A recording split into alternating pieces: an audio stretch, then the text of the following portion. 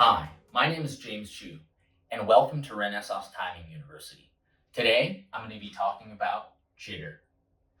First of all, what is jitter? Jitter in the time domain can be defined as the short-term variations of a digital signal's edge versus the ideal edge. And so if you see this diagram in the middle, the blue line would represent the signal's ideal edge, and how much this edge moves within these two dotted red lines would be considered the jitter. How large it moves would be considered the jitter amplitude, and how fast it moves would be considered the jitter frequency. The frequency of these phase variations, if they're greater than 10 hertz, would be considered jitter. If it's less than 10 hertz, it would be considered wander. Now, why is jitter important?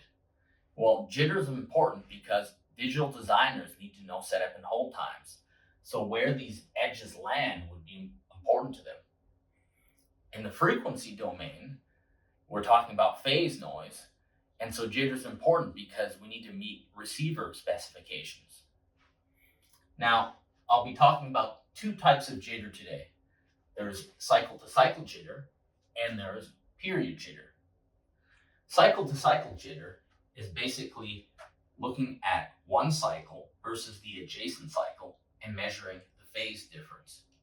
You can extend that to multiple cycles, and you're just looking at one cycle to the next cycle, and then from this cycle to the next cycle, looking at the phase difference.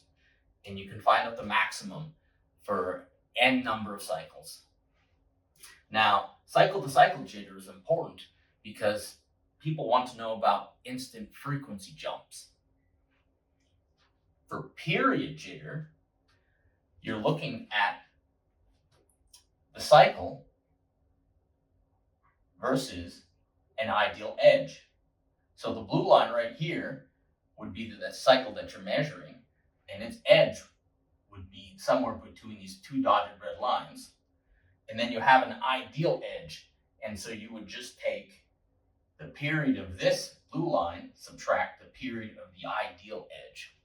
So it's very different versus cycle-to-cycle jitter, which is looking from one cycle to the next cycle. But whereas in period jitter, you're looking at the period versus an ideal period. For period jitter, it's important because, as mentioned before, digital designers need to know about setup and hold times. Thank you very much.